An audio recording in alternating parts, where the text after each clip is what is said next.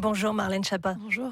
Il y a un peu plus d'un mois, vous avez lancé le Grenelle contre les violences conjugales en mettant notamment l'accent sur le 3919, ce numéro de téléphone pour les femmes qui sont victimes de ces violences. Est-ce que le nombre d'appels a augmenté à la suite de cette mise en lumière de ce numéro ? Oui, considérablement. D'abord, moi, quand j'ai été nommée, j'ai réalisé que 100% des appels n'étaient pas pris au 3919. Donc, j'ai commencé par augmenter les moyens pour faire en sorte que 100% des appels soient pris. Et puis, c'est le cas aujourd'hui. Et j'ai remarqué également que seulement 9% de la population connaissait le numéro du 3919. Depuis le Grenelle des violences conjugales, c'est 59% de la population qui connaît ce numéro et donc qui peut le donner à des femmes ou des témoins pour qu'ils et elles appellent le 3919 et soient accompagnés face aux violences conjugales. C'est le premier pas justement pour une femme victime de violence pour être orientée efficacement et rapidement ? Oui, bien sûr, parce qu'au 3919, vous avez des écoutantes qui sont formées et qui peuvent accompagner vers une plainte, accompagner vers une association, vers un hébergement, toutes ces femmes. Et je crois que le premier pas, c'est effectivement de parler. Et c'est difficile de prendre son téléphone et d'appeler 3919 et d'expliquer ce qu'on a vécu. Mais je crois que c'est salutaire et c'est effectivement un premier pas pour éviter une situation qui peut être dramatique parce qu'on meurt des violences conjugales encore en 2019. En France, des femmes sont tuées par leur conjoint. Oui, justement, alors le compteur malheureusement continue de tourner. On en est à 114 femmes victimes de féminicide depuis le 1er janvier. On a l'impression que rien ne change malgré toutes les annonces, malgré tous les efforts qui sont mis en œuvre. C'est un travail de longue haleine, si vous voulez. Les violences conjugales, les anthropologues disent que ça existe depuis l'Antiquité. Nous, ça fait 2 ans que nous sommes ici et que nous avons pris ce sujet à bras-le-corps. Jamais un gouvernement n'a organisé de Grenelle des violences conjugales. Jamais un Premier ministre n'a fait ce qu'a fait Édouard Philippe sur ce sujet, c'est-à-dire mettre énormément de moyens, interpeller les témoins, réunir tout son gouvernement dans un Grenelle des violences conjugales. Et pour tous autant, les acteurs... associations continuent de dire qu'elles n'ont pas assez de moyens. Non, c'est faux. Il y a beaucoup d'associations qui disent qu'elles ont vu leurs moyens augmenter. C'est le cas du 3919, qui a eu 2 augmentations en 2 ans.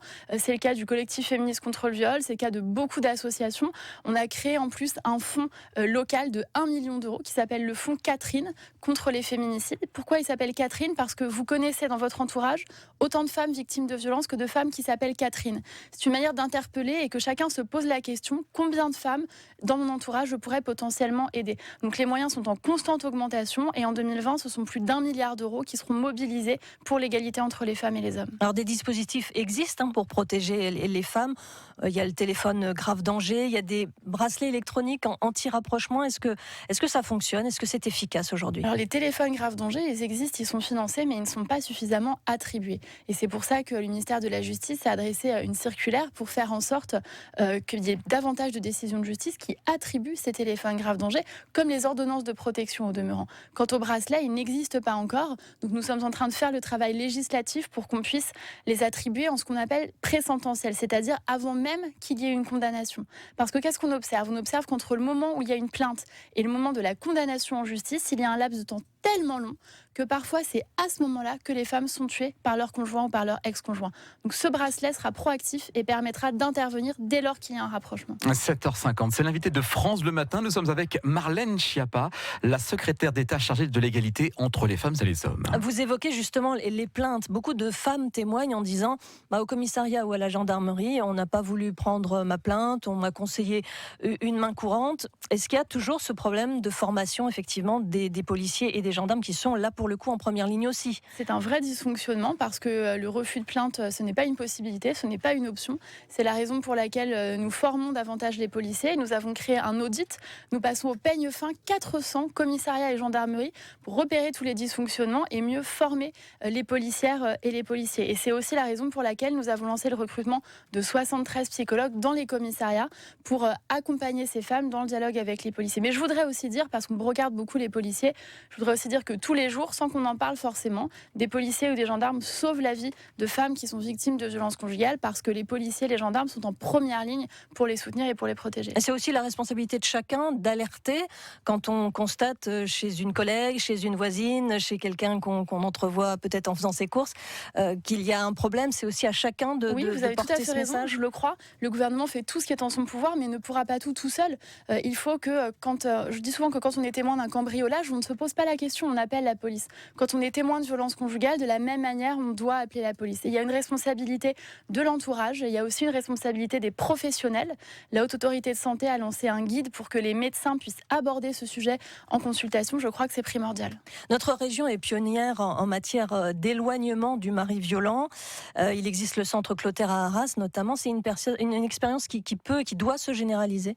Je vais aller le visiter justement aujourd'hui et je pense que c'est un sujet très important que de prendre en charge les auteurs de violences. L'an dernier, j'ai fait voter une loi contre le harcèlement de rue et dans le cadre de cette loi, j'ai inclus l'accompagnement via des stages des auteurs de harcèlement de rue pour qu'ils puissent être accompagnés et empêcher la récidive, y compris psychologiquement. Et c'est ce qui se fait notamment à Arras sur la question des violences conjugales. Donc je vais aller l'observer de près tout à l'heure.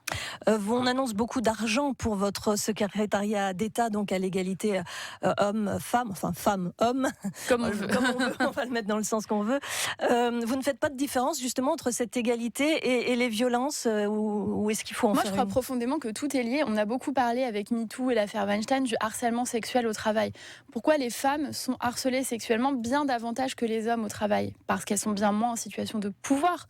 Quand les hommes sont à la direction, au management, que sont les patrons et que les femmes sont les employés et ont les positions qui sont moins bien rémunérées et qu'elles dépendent d'hommes, eh bien, il est plus difficile pour elles de simplement parler du harcèlement sexuel qu'elles vivent au travail, d'être crues, de trouver un interlocuteur. Quand vous avez des femmes qui sont en situation de pouvoir, elles sont moins souvent harcelées sexuellement, puisque le mécanisme des violences sexistes et sexuelles, il se repose sur la domination masculine et donc sur ce procédé de domination. C'est la même chose pour les violences conjugales. Quand vous avez des femmes qui sont émancipées économiquement, qui ont leur propre compte bancaire, Oui, parce que souvent elles sont obligées de rester parce que tout simplement elles n'ont pas un salaire suffisant pour partir avec leurs enfants. Il y a des liens d'interdépendance économique. Trouver un logement, c'est très difficile. D'ailleurs, c'est pour ça que nous avons créé une garantie visale pour les femmes victimes de violences conjugales. À partir de prochainement, dans quelques mois, l'État se portera garant pour les femmes victimes de violences conjugales qui veulent louer leur propre appartement. C'est très important. Cet après-midi, vous allez rencontrer des lycéens à Hasbrook. Ce sont les jeunes aussi qui doivent être sensibilisés dès le départ à des comportements corrects, on peut dire. Bien sûr, il faut dire que les violences conjugales, ça n'épargne aucune tranche d'âge. Quand on regarde les chiffres depuis 10 ans, que vous ayez entre 18 et 20 ans ou plus de 70 ans, il y a des féminicides dans toutes les tranches d'âge. Néanmoins, moi j'ai une grande confiance dans cette jeune génération. Je vois qu'ils sont beaucoup plus sensibilisés que nous pouvions l'être sur les questions d'égalité entre les femmes et les hommes. Et je pense que l'éducation et la prévention jouent un rôle primordial pour prévenir justement ces violences conjugales. Quel message vous allez leur faire passer, par exemple, à ces lycéens d'Hasbrook cet après-midi? L'avenir est entre leurs mains et c'est ce que je vais leur dire. Je crois qu'on peut construire une génération qui sera une génération d'égalité entre les filles et les garçons. C'est le travail que nous menons avec l'Organisation des Nations Unies, puisque la France organise en juillet 2020 le grand forum mondial Génération Égalité, qui a lieu une fois tous les 25 ans. Et l'idée, c'est de mettre en avant justement tous ces jeunes qui sont formidablement engagés et on a confiance en eux pour transformer le monde, tout simplement. Des jeunes porteurs d'espoir. Merci Marlène Schiappa d'avoir été l'invitée de France Bleu Nord ce matin. Très bonne journée à vous. Merci à vous.